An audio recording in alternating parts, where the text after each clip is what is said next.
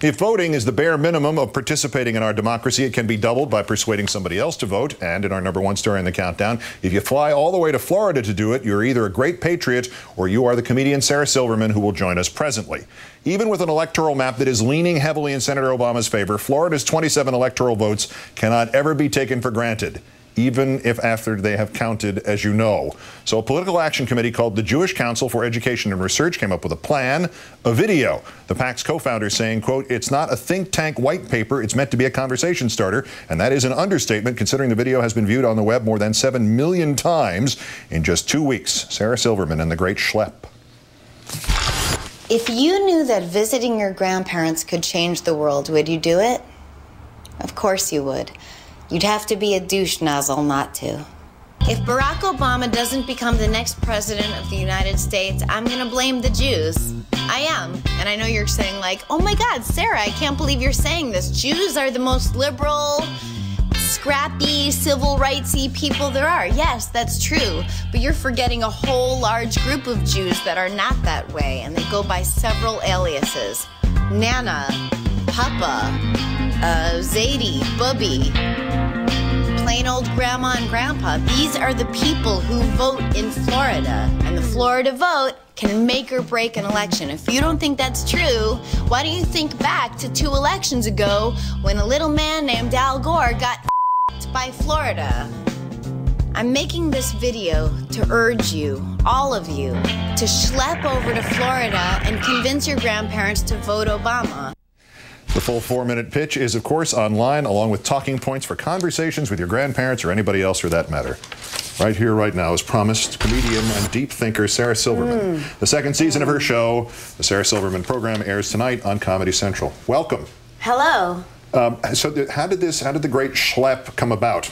Well, the guys from the Great Schlep website came to me and they explained that the people that vote in Florida, such an important state, right? Oh, indeed.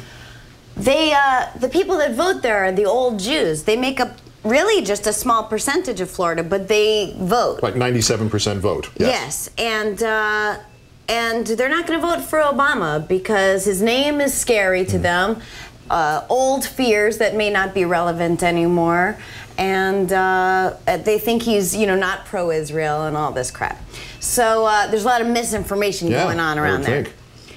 But the good news is probably 100%, if you round up, of their grandkids love Obama. All right. And who's more influential over grandparents than their own grandkids? So it's just about getting, you know, and I by the way, I think this is a gift to the grandkids, to the kids today, because I can't believe I'm saying kids today, but they're fat and they're lazy and they're apathetic. And this election is such a chance to really make a difference at any age, and I think it's kind of a gift to everybody. Yeah, it will only affect them for the rest of their lifetimes. Yeah. That's the change election of their lifetimes, we presume. It probably is of ours as well. That was a good point I made, though, right? That was an excellent point. Yeah. But now you also mentioned just the name scary.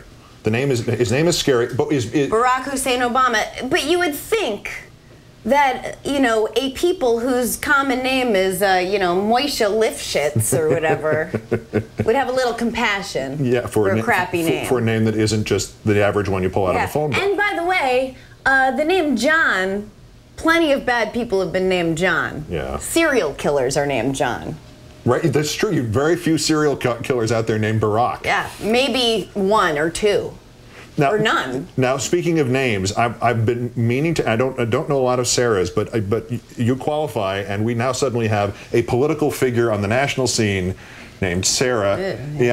What do you have? Is it a mixture of pride and shame, or just shame? Just shame. Yeah. Sarah Palin. She is the worst combination of. She is as off-putting and gross as a pageant contestant, but without the desire for world peace, you know?